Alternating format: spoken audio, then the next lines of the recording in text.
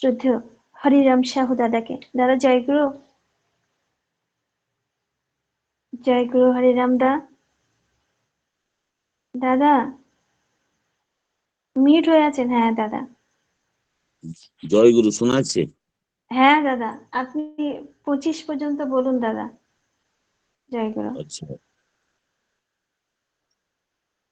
পরম দয়াল, পরম প্রেমময় শ্রী শ্রী ঠাকুর অনুকূল চন্দ্রর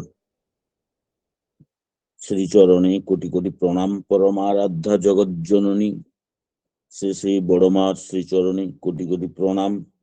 পরম পূজ্যপাদ আচার্য দেব শ্রী বড়দার শ্রীচরণে কোটি কোটি প্রণাম। বর্তমান আচার্য দেব শ্রীচরণে কোটি কোটি প্রণাম। উপস্থিত অনলাইনে দাদা, মা, মায়েরা এবং ছেলে, মেয়ে, যুবক, যুবতী যারা যারা অনলাইনে আছেন, অমৃত পথযাত্রীদের ভক্তিযুক্ত শ্রদ্ধা, প্রীতি, প্রণতিরা নন্দিত জয়গুরু। ঠাকুরের কথা বলতে গেলে আজকে তো ছেলে দের বিষয়ে বলছেন নাকি, অন্যান্য সিঙ্গেরবার উপজেলায় ছেলে মেয়েদের বা যুবাদের হচ্ছে। তো ঠাকুরের বিষয় বহু প্রকারে বলা যায়, মানে তার বাণী টানি নিয়ে কেউ চর্চা করেন, তার একটা বাণীরও কেউ চর্চা করেন, আবার শিশু ছেলে মেয়েদের বিষয়, শিক্ষকদের বিষয়, শিক্ষক সম্মেলন, ডাক্তারদের বিষয়, চিকিৎসক সম্মেলন, তাদের ভিতরে দেওঘরে যে হয় সাহিত্য সম্মেলন, ইতিহাস সম্মেলন, বিজ্ঞান সম্মেলন, এরকম ভাবে বিভিন্ন রকমের বিষয়ের চর্চা হয়ে থাকে। ঠাকুর বলেছেন যজন যাজন ইষ্টভৃতি সস্তয়নী সদাচার, এসব বিষয়ের আবার এক একটার আলাদা আলাদা চর্চা হয়। আবার ঠাকুরের কাছাকাছি লোক একজন ছিলেন বসাবন সিং বলে, ঠাকুর নাম দিয়েছিলেন, ওই বিহারের হিন্দি ভাষাভাষী লোক। সে এইবার এই জায়গায় এসে এক জায়গায় বলেছিলেন ওমেন, এডুকেশন, ইন্ডাস্ট্রি আর এগ্রিকালচার, এই শিক্ষার যে বিষয় চারটা ভাগে বিভক্ত করেছেন। ইন্ডাস্ট্রি মানে শিল্প, তাদের শ্রমিক মজদুর থাকবে, আর লেবার, সবকিছু তার ভিতরে আসছে, মানে লৌহ কাজ যে করবে, জমিতে যে কাজ করবে তারা এগ্রিকালচার, এগ্রিকালচার কৃষি। আর ওমেন মানে নারীর বিষয়ে ঠাকুর হাজার হাজার পৃষ্ঠা বলেছেন, নারীর নীতি আর নারীর পথে দেবী সুক্ত, বিবাহ বিধায়না, এইসব বিষয়ে বহু কিছু বলেছেন। পঞ্চানন সরকার দার সাথে ঠাকুর চর্চা করেছিলেন। এখানে ছেলেদের বিষয় বলতে হলে মাতৃভক্তি অটুট যত, সেই ছেলে হয় কৃতি তত, পিতায় শ্রদ্ধা মায়ে টান, সেই ছেলে হয় সাম্যপ্রাণ। আমি তো আর বিশেষ কিছু ছেলেদের বিষয়ে জানি না, মোটামুটি ছেলেরা মা বাবাকে দৈনিক প্রণাম করবে, গুরুজনদের প্রণাম করবে, নিজের থেকে বয়োজ্যেষ্ঠ যারা বাড়িতে আসবে তাদের প্রণাম করতে হয়। স্কুলে যেমন শিক্ষকদের বা ইংরেজি স্কুল, এখন বিভিন্ন রকমের কেজি স্কুল, মন্টেশ্বরী স্কুল, বিভিন্ন প্রকারের হয়েছে, সেগুলাই মায়েদের, গুরুমাদের বা শিক্ষক, তাদের প্রণাম করতে হয় গিয়ে প্রথমে। আবার যখন ছুটি হয় কবাট জানালা বন্ধ করার পরে আবার তাদের প্রণাম করে আসতে হয়। এইরকম ছেলেদের শিক্ষা দিতে হয়। মাতৃ সম্মেলনের দুটা বাণী আমার আসছে, হয়তো মাতৃ সম্মেলনের মায়েরা এটা চর্চা করতে পারেন। এখানে বলা হচ্ছে ওই অনুশ্রুতি থেকে এটা আলোচনা প্রসঙ্গে বের হয়েছিল। ভালো মহিলারা যারা ঋত্বিক ক্লাসের আছেন, তাদের যে হেড তিনি বলেছিলেন, নারী হতে জন্মে জাতি, বৃদ্ধি লোভে সমষ্টিতে।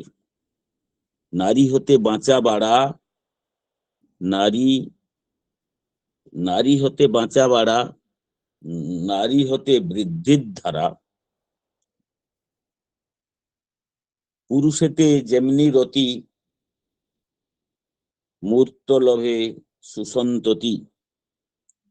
মানে এটা বাণীটা হলো, কিন্তু আর মানে একটু আমি বলে দিই। নারী হতে জন্মে জাতি, মানে নারীর থেকে জন্মা হয় জাতি। জাতি মানে এটা হয়তো অনেকে ভাববেন যে কি জাতি, মানে মায়ের পেটে সন্তান যতক্ষণ থাকে কেউ বলতে পারবে না ছেলে বা মেয়ে। এখন ডাক্তার এর দ্বারা করছে, কিন্তু জন্ম হওয়ার পরে সে ছেলে বা মেয়ে হলো, তাহলে পুরুষ একটা জাতি আর মায়েদের একটা জাতি। তাহলে নারী হতে জন্মে জাতি, বৃদ্ধি লোভে সমষ্টিতে। যখন ছেলেটি জন্ম নিল তখন সে বৃদ্ধি হয়, তার মা, তার আইমা, তার মামিমা, বিভিন্ন দাদু ঠাকুমা, অনেক লোকের কোলে গেল। মামু বাড়ি গেল, যখন মামা বাড়ি, সেখানে বিভিন্ন লোকের কোলে গেল। সাই পড়িশা প্রতিবেশী তাদের বিভিন্ন কোলে গেল। আবার একটু বড় হলো, তার থেকে বড় বড় ছেলের সাথে খেলাধুলা করে সমষ্টিতে সে বাড়ছে। তারপরে আর একটু গেল, স্কুলে গেল, তার সঙ্গী সাথী আলাদা হলো। আবার 8, 9 হয় কলেজে, হাই স্কুলে গেল, আরো কিছু নূতন সাথী পেল। তারপরে সে কলেজে গেল, আবার দূর দূরান্তে কিছু নূতন সাথী পেল। এইরকম ভাবে যখন পড়ার পরে সে সার্ভিস করলো, তখন আবার আরো নূতন সমষ্টির থেকে শিক্ষা পাবে সে। এইরকম ভাবে তার শিক্ষাটা আস্তে আস্তে আবার বিবাহিত জীবন হলো যখন ওই মার ছেলেটির, তখন আবার শ্বশুর বাড়ি হলো, আবার আলাদা আলাদা পৃথক পৃথক লোকের বন্ধু বান্ধবের সহিত। বৃদ্ধি লোভে সমষ্টিতে, নারী হতে বাঁচা বাড়া। এটা ঠাকুর বরাবর বলছেন, living and growth, being and becoming, হওয়া আর হওয়ানো। লিভিং মানে বাঁচা, আর গ্রোথ মানে বাড়া। Living and growth, being and becoming, এই কথাটা সে বলেছেন। মানে একটা নারী, একটা মা, একটা বংশ কি একটা বংশকে শেষ করে দিতে পারে। আজ সন্দেশখালিতে ওই মায়েদের বলছে দুর্গা, ওইখানে দুর্গা, ওখানে বেশি ভোট পাবে বিজেপি, নরেন্দ্র মোদী, ওদের বলছেন ওই মায়েরাই ওই শেখ শাহজাহানকে করলো, ওর ওর ফাঁসি হবে, ওর ফাঁসি হবে শুনে মমতা মাথায় হাত দিচ্ছেন। এগুলো খবর আমি বিকালে দেখছিলাম। তাহলে একটা মা একটা বংশকে নষ্ট করে দিতে পারে।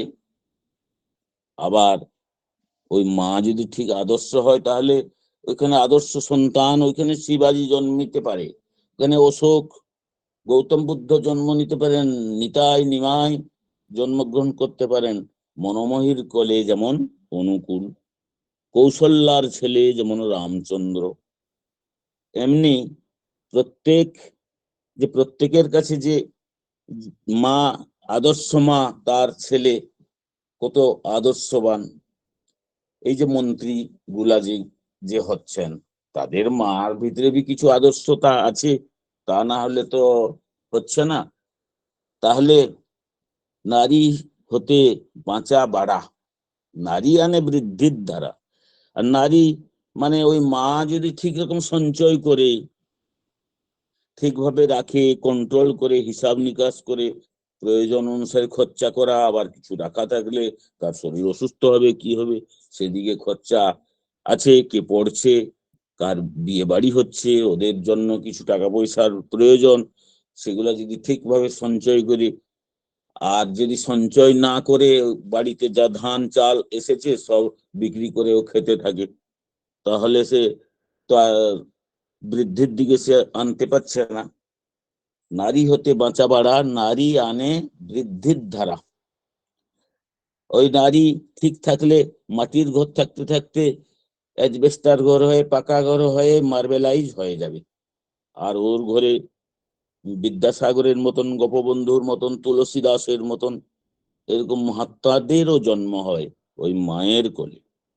নারী হতে বাঁচা বাড়া, নারী আনে বৃদ্ধির দ্বারা। পুরুষতে যেমনি সঙ্গতি বা রতি, মানে তার মিলন সময়টা, ভাবটা মায়ের এবং বাবার, অর্থাৎ হাজব্যান্ড অ্যান্ড ওয়াইফের ভাবটা যদি ঠিক থাকে, কোল ঝগড়া করে যদি মিলিত হয়, ঠাকুরের বাণীতে আছে, তার সন্তান এর ভিতরে ব্যতিক্রম আসবে।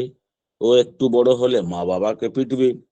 মা বাবা যদি সিদ্ধি গাঁজা মদ খায়, তাহলে ওর ছেলেও একটু বয়স হলে সিদ্ধি গাঁজা মদ খাবে। এইরকম ভাবে পুরুষেতে যেমনি রতি, মূর্ত লোভে সুসন্ততি। ঠাকুরের একটা শব্দ কঠিন আছে তো, যেমন ঋষি বাদ দিয়ে ঋষিবাদের উপাসনা। ভারতের অবনতি তখন থেকে আরম্ভ হয়েছে, যখন থেকে ঋষিবাদ দিয়ে ঋষিবাদের উপাসনা বলা, সেখানে অমূর্ত ভগবান অসীম হয়েছে। এই শব্দটা তো বুঝতে হবে, অমূর্ত ভগবান অসীম। অমূর্ত, মূর্ত মানে মূর্তিমন্ত, যেমন দুর্গার মূর্তি, কালী মূর্তি, মানুষের মূর্তি, গরুর মূর্তি, ছাগলের। অমূর্ত মানে যেটা মূর্ত নাই, মানে সেটা কোনো স্বরূপে আসেনি, মানে নির্গুণ নিরাকার, যেটা শূন্য, যেটা সাকার নাই, নিরাকার।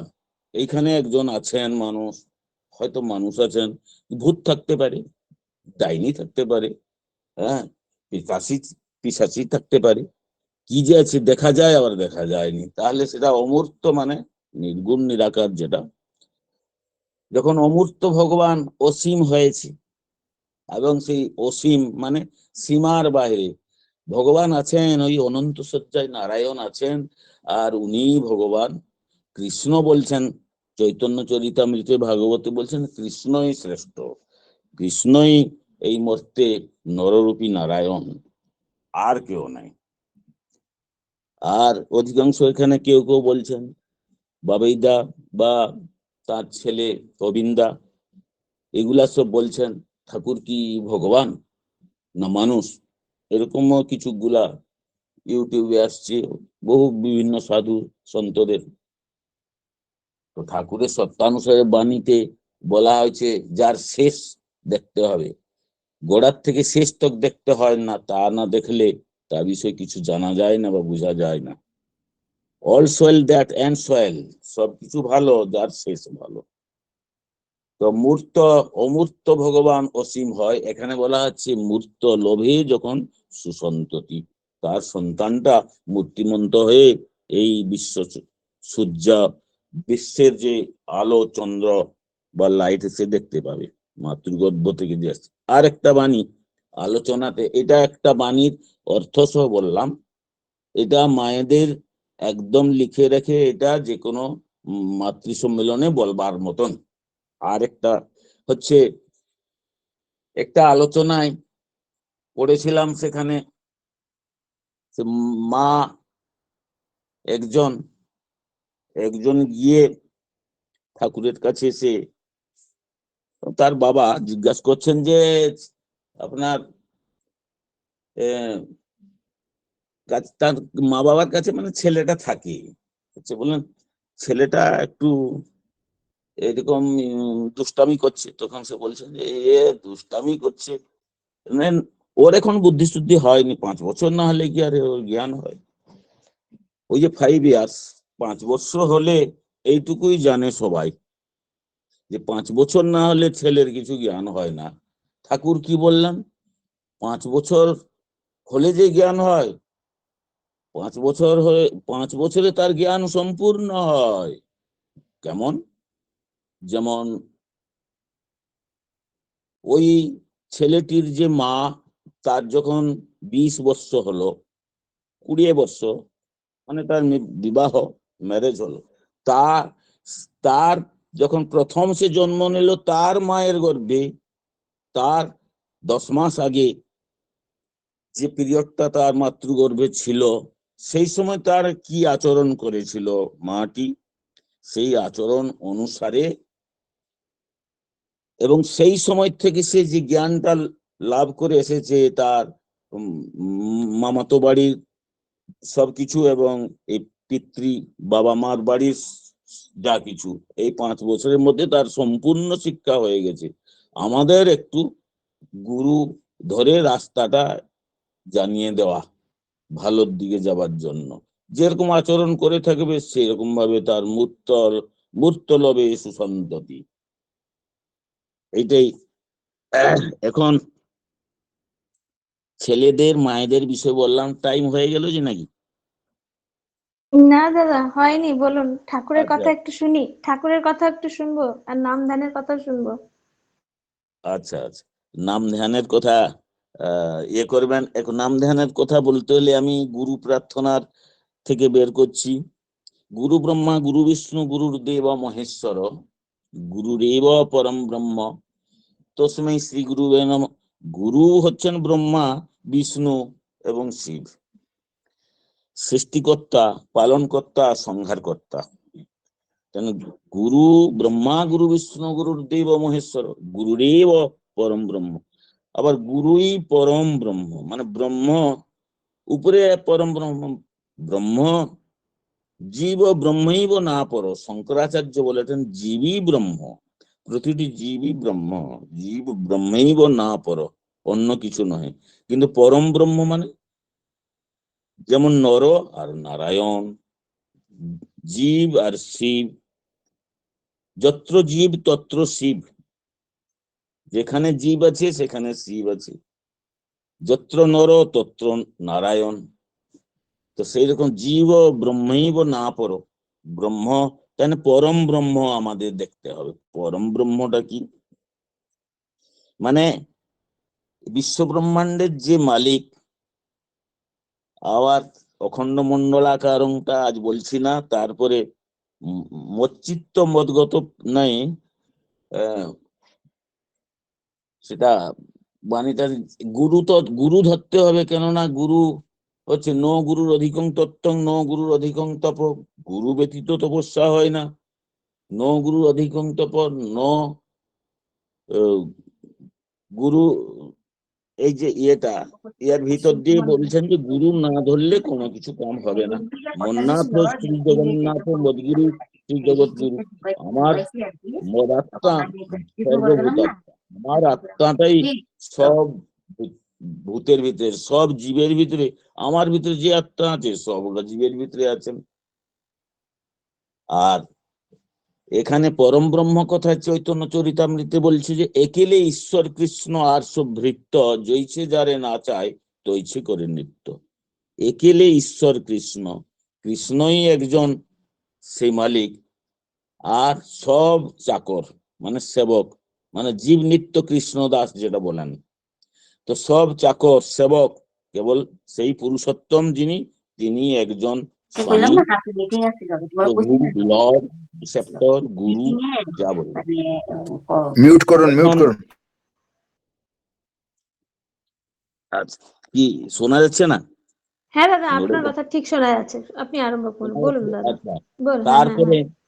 তারপরে এখন লাস্ট ইয়েতে আছে কি না, ব্রহ্মানন্দং পরম সুখদম কেবলং জ্ঞানমূর্তিম দ্বন্দ্বাতীতং গগন সদৃশম তত্ত্বমস্যাদিলক্ষম একং নিত্যং বিমলমচলম সর্বদি সাক্ষীভূতম ভাবাতীতং ত্রিগুণরহিতং সদ্গুরুং তং নমামি। এখানে সবগুলার এক একটা শব্দের অনেক কথা আছে। সর্বধি সাক্ষীভূতম তত্ত্বমস্যাদিলক্ষম, দুটা শব্দ নেওয়া হলো, একটা লাইনে আছে সর্বধি সাক্ষীভূতম। এই ধী শক্তির, বোধ শক্তির যে সাক্ষী, সকল জীবের ধী শক্তি, জ্ঞান বুদ্ধি শক্তির যে সাক্ষী স্বরূপ, তার যে মালিক, তার স্রষ্টা এবং পালনকর্তা এবং জ্ঞাতা জ্ঞেয় জ্ঞান সবগুলা যার কাছে আছে, সর্বধি শক্তি আর সর্বধি সাক্ষীভূতম, সকলের ধী শক্তির যে সাক্ষী স্বরূপ মানে মালিক, যেমন জেলে গেলে তার একটা সাক্ষী থাকে, কোর্টে গেলে তার একটা সাক্ষী থাকে, তো সেরকম সর্বদিশা তত্ত্বম অস্য আদি লক্ষম, তত্ত্বম অস্য আদি লক্ষম, তত্ত্বম অস্য আদি লক্ষম। আদি লক্ষ্য মানে তার মূল লক্ষ্য, মানে সে মেন পয়েন্টের থেকে আমাদের দৃষ্টি যাবে। একমেবা দ্বিতীয়ম শরণম, সেই জীব ব্রহ্মৈব না পর যেমন বলা হচ্ছে, তত্ত্বম অস্যাদি লক্ষ্যম। তত্ত্বম অস্য মানে এই, আর তত্ত্বম অস্যম, তত্ত্বম অস্যাদি এবং আদি লক্ষ্যম, সেই তার তত্ত্বকথার যে আদি লক্ষ্য, মূল লক্ষ্য, পরম প্রেমময় শ্রী ঠাকুর অনুকূল চন্দ্র, যিনি অষ্টাদশর শেষস্তর নাম উত্তম। এই যে রাধাস্বামী নামটা আনিছেন, সেই ষট চক্র, আরো ষট চক্র, আরো ষট চক্র, ষট চক্র যেমন মূলাধার, স্বাধিষ্ঠান, মণিপুর, অনাহত, বিশুদ্ধাক্ষ, আজ্ঞা চক্র। তারপরে হচ্ছে যে শিবলোক, শিবলোক, ব্রহ্মলোক, বিষ্ণুলোক, কূটস্থ না ত্রিকুটি, তারপরে দশম দ্বার আছে, সহস্রদল ইত্যাদি করে 6টা। তার উপর কে আসলো অনামি, মানে সেখানে সত্যলোক, সত্যলোকটা লাস্টে হবে আর কি। অনামি সেখানে ভ্রমর গুম্ফা, ভ্রমর গুম্ফা। আর আগে আমি পড়েছিলাম একটু মনে এ করে, ভ্রমর গুম্ফা আর একটা কি দুটা থাকবে। আর আপনার এই প্রার্থনার লাস্টে যেটা থাকে অলক, অগম, অনামি, রাধাস্বামী নিয়ে, সেটা হলো 6টা। 6, 6, 12, 6, 18, মানে পিণ্ডের 6টা স্টেজ, মানে এই আমাদের ক্ষুদ্র শ্বাস প্রশ্বাস, হৃদয় দিয়ে অন্ত্রতন্ত্র ইত্যাদি ভিতর দিয়ে যে বাহিরে ভিতরে পোষে নামটা করি, তারপরে ভিতরে রক্তধারার সাথে যেটা করি, তারপরে ওই মেরুদণ্ডর ভিতরে যে নামটা করি, মানে আমার যে গলার থেকে নিচে পর্যন্ত এটা গোটাটা পিণ্ড, তার উপরে এই নাসামূল থেকে উপরটা ব্রহ্মাণ্ড, তার উপরে হচ্ছে দয়াল দেশ, স্থূল, তারপরে সূক্ষ্ম, তারপরে কারণ জগৎ, 3টা জগৎ আছে। তাহলে কারণ জগতের যিনি মালিক দয়াল দেশের, সেটা একবার বলেছিলাম মোবাইল যোগে। এই যে ঠাকুর নামটা আনেছেন, এই নামটা ঠাকুর করতেন মাতৃগর্ভে, এবং জপ করতে করতে করতে করতে তার মা বলছেন দীক্ষা তো নিতে হবে না, কিন্তু তার মার কাছে দীক্ষা নিলেন, বলেন নামটা আমি জানি, এটা করতাম, মানে উনি স্বয়ং রাধাস্বামী। আচ্ছা, তার মা সেই নাম, তার রামেন্দ্র নারায়ণ আর কে কি গুলা, ওই নামগুলা ভুলে যাচ্ছি, ছিলেন, তাদের কাছ থেকে নিয়ে ওই শিব মূর্তি পূজা করে করতে করতে, ওই মাধব মূর্তি পূজা করতে করতে লোহা তার ভাইয়ের সঙ্গে ওইখানে বসে সমাধিস্থ হয়ে যান, লোহার হার হয়ে যায়, সকাল থেকে ওইখানে অচেতন অবস্থায়। তারপরে নাম সেখানে হুজুর মহারাজের একটা লাইট রকম, যেমন পেট্রোমাক্স লাইটের রকম আগে জ্বালা হতো, পেট্রোমাক্স লাইট তেল দিয়ে, ওই রকম লাইটের মতন একটা দেখা গেল, দাড়িওয়ালা একজন, উনি হচ্ছেন হুজুর মহারাজ। তিনি নাম, তারই নাম পেয়েছেন।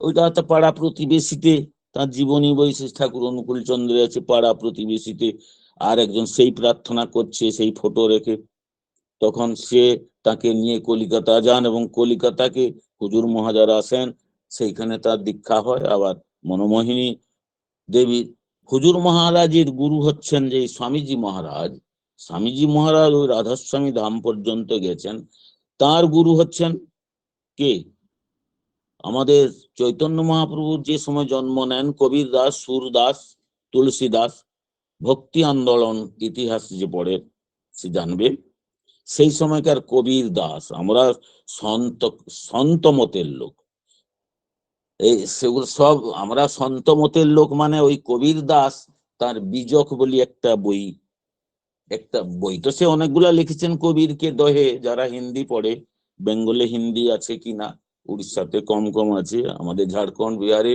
ভারতের সর্বত্র কবিদের দোহা টোহা হিন্দি বইতে থাকে। তো বীজক বলে একটা বড় বই, তার বইয়ের মধ্যে যে থাকে দোহাগুলা, সেইখানে একটা দোহা আছে, সেই দোহাতে এই ঠাকুরের বাণীটা আছে। কবির ধারা অগম কি দই গুরু লখায়, উলট তাহে সুমিরন করো স্বামী সঙ্গ মিলায়। কবির ধারা অগম কি, মানে অগম অলোক অগম লোকের, কবির ধারা অগম কি, দই পুরুষ মানে দয়াল দেশের যে স্বামী, দই পুরুষ লখায়, কবির ধারা অগম কি দই পুরুষ লখায়, উলট তাহে সুমিরন করো, তাকে উল্টিয়ে সুমিরন করো মানে স্মরণ করো, কিনা স্বামী সঙ্গ মিলায়, স্বামী সঙ্গ মিলায়।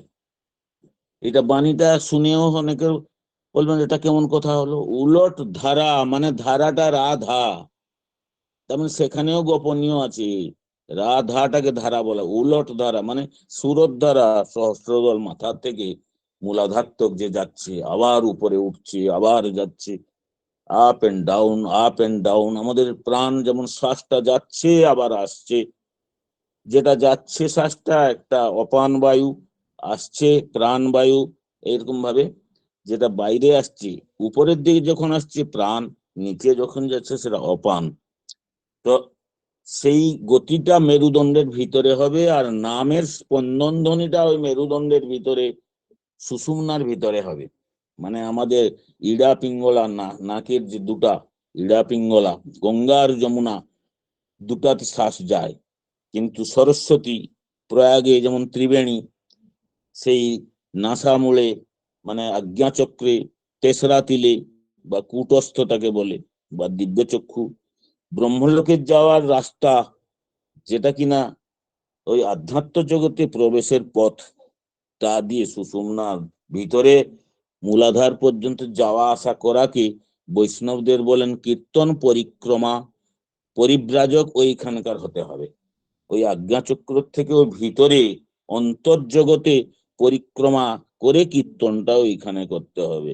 মানে সেই পরিক্রমা মানে সেইখানকার পরিব্রাজক, মানে সেইখানে ব্রজ, ব্রজ অর্থ চালা, পরিব্রজ মানে বিশেষভাবে বিচরণ করা।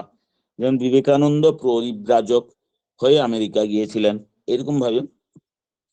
তো এরকম ভাবে সেখানে ইয়ে করতে হবে। তো এটা নাম ধ্যানের সাথে এটা টাচ হচ্ছে আর কি। তো সেইখানে সর্বদি সাক্ষীভূতং তত্ত্বমস্য আদি লক্ষণ, সবকিছুর যিনি সাক্ষী তাঁরই তত্ত্ব কথা, তত্ত্ব তত্ত্বমস্য আদি লক্ষণ, এই যে তার তত্ত্ব কথার, এই যে তত্ত্ব কথার তার আদি লক্ষ্য কি, সেটা এখানে জগদীন্দু চক্রবর্তী সেটা বলেছিলেন। নামের রহস্যটা কেউ জানছে না, নামের স্বাদটা কেউ পাচ্ছে না, নামের স্বাদটাই পাচ্ছে নি, তো আর ওটা ইষ্টভীতি যজন যাজন কিটা করবে। হ্যাঁ, আবার এখন ভারত সরকার যেমন ইডি করছে, এখানে আমাদের আচার্যদেব করছেন ডিপি ওয়ার্ক, দীক্ষাপত্র যাঁচ। হ্যাঁ, ডিস্টর্টেড পার্সন মানে যারা, যে বীজটা বপন করা হয়েছে জমিতে সেটা বৃষ্টি হয়ে যাওয়ার পরে জোরে আর সেটা গজামুড়ি হয়ে গেল, মানে সেটা কুটস্থে গজামুড়ি, মানে সেটা আর অঙ্কুর হচ্ছে না, তাহলে উপরের মাটিটা সরিয়ে দিতে হবে মই টই দিয়ে। আবার জলের যেমন হালকা বৃষ্টি হয়, বা যেমন শাক তলাতে শাক টাক চাষ করলে যেমন দেওয়া হয় জল, দিলে সেটা অঙ্কুরণ হবে। ওই প্রেম বীজ, ওই নাম বীজ, ওই আদি বীজ, যেটাকে কেউ হয়তো বলেছেন ওই ওং ত্র্যম্বকং যজামহে সুগন্ধির পুষ্টিবর্ধনম উর্বারুকমিব বন্ধনাৎ মৃত্যুর মুখী অমৃতাৎ, মৃত্যুঞ্জয় মন্ত্র, এইটা শুক্রাচার্য পেয়েছিলেন প্রথম শিবের থেকে।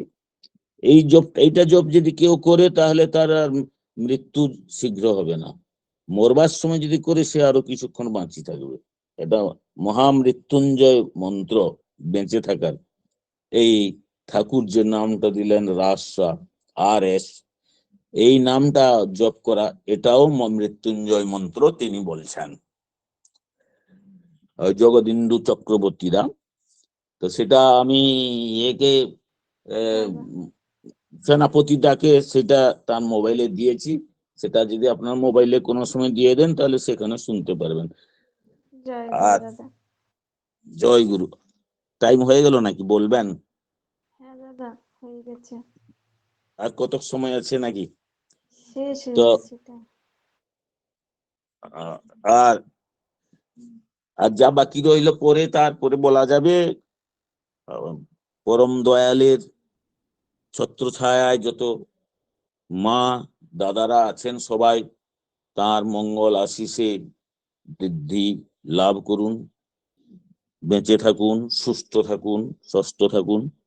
তার নাম, তাকে স্মরণ করলে, তার নাম করলে, ওই তো দেব ব্যানার্জি দা যা যা বললেন সে প্রফুল্লদার বিষয় নিয়ে, তার মুক্তি কিরকম মানে হলো, আসামে গিয়ে বড়দা কিরকম সেখানে পৌঁছে করলেন, জ্যোতিষকে দেখালেন ওর ঠিকুজিটা, তখন সে দেখে বললেন যে এরও আশ্চর্য প্রফুল্ল দাসের ঠিকুজি, আমি এটাকে প্রণাম করি, আর মোক্ষ একেবারে মুক্তি, আর জন্ম নাই। এইসব বিষয় দেবপ্রসাদ দা কোন ভাষণে বলেছেন সেটা শুনছিলাম। তো সেরকম ভাবে সকলের মঙ্গলে থাকুন, তার নাম, তার বিগ্রহ ফটো ধ্যানে আনতে হবে, আর নামটা করতে হবে। এই বলে আমার বলা শেষ করছি। আর জয় গুরু, বন্দে পুরুষোত্তমম, বন্দে পুরুষোত্তমম, বন্দে। জয় গুরু দাদা, খুব সুন্দর। জয়। আজকে খুব সুন্দর দাদার কাছ থেকে আলোচনা শুনলাম। হুম। সবাই জানেন না হয়তো দাদার বয়স ৭৬ বছর। তো আমি আমার, হঠাৎ করে, হ্যাঁ হ্যাঁ হ্যাঁ বলুন। হ্যাঁ, আর দাদা আপনি মিউট করুন, তাহলে নাহলে কথা ইকো হয়ে যাবে। হ্যাঁ হ্যাঁ, দাদার বয়স ৭৬ বছর। হঠাৎ করে আমি জাস্ট নামধানে ঢুকে পড়ার পরে হঠাৎ করে ৮টা ৩৫-এ পরেই ফোন করলাম, দাদা আপনাকে ইষ্টপ্রসঙ্গ সঙ্গে করতে হবে। তো হঠাৎ করেই বলাতেই উনিও সঙ্গে সঙ্গে জয়েন হয়ে গেলেন। আমিও কোনো এজেন্ডা দিলাম না। তখনই যদি বলে দিতাম যে নাম ধ্যানের উপরে করবেন তাহলে খুব ভালো হতো, কারণ আমরা তো কিছুই জানি না, বিশেষ করে আমির কথাই বলছি, আমি কিছুই জানি না। মানে এই যে নাম ধ্যানের উপরে কথাগুলো শুনলাম, ভীষণ কঠিন কঠিন কথা, আরো শুনতে চাই, আরো সমৃদ্ধ হতে চাই, কারণ নাম ধ্যান না করলে আমাদের কিছুই হবে না। খুব সুন্দর আলোচনা করলেন। আর আমাদের নারীদের কেমন হওয়া উচিত, আমরা কি করে আমাদের ছোটবেলা থেকে সন্তানকে কি করে পালন করব, তাও সুন্দরভাবে আলোচনা করলেন। আমরা সমৃদ্ধ হলাম। পরমপিতা রাঙার আতুল চরণে আপনার সার্বিক মঙ্গল প্রার্থনা করি। আপনি সুস্থ থাকুন, নিরোগ থাকুন এবং আনন্দে থাকুন পরমপিতাকে নিয়ে, এই প্রার্থনা করি। আর আজকে যে আপনি এই যে সেদিন বলেছিলেন যে কবির ধারা অগম কি, দই পুরুষ লখাই, উলট তাহে সমীরণ করো, স্বামী সঙ্গ মিলায়।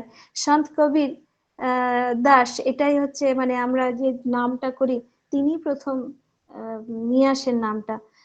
তার থেকেই আমরা পরপর সব পেয়ে আসছি। সেদিন দাদা আমার সঙ্গে ফোনে কথা বলছিলেন আর আমাকে বললেন তুমি লিখে রাখো, তো আমি লিখে রেখেছিলাম এটা। যাই হোক দাদা, কঠিন কথাগুলো, আমি মূর্খ মানুষ, আবার আপনাকে ডাকবো, আপনি এই নাম নিয়ে আরো আলোচনা করবেন, আমরা সবাই শুনতে চাই দাদা। খুব ভালো থাকুন, সুস্থ থাকুন, এটাই প্রার্থনা করি। জয় গুরু। জয় গুরু।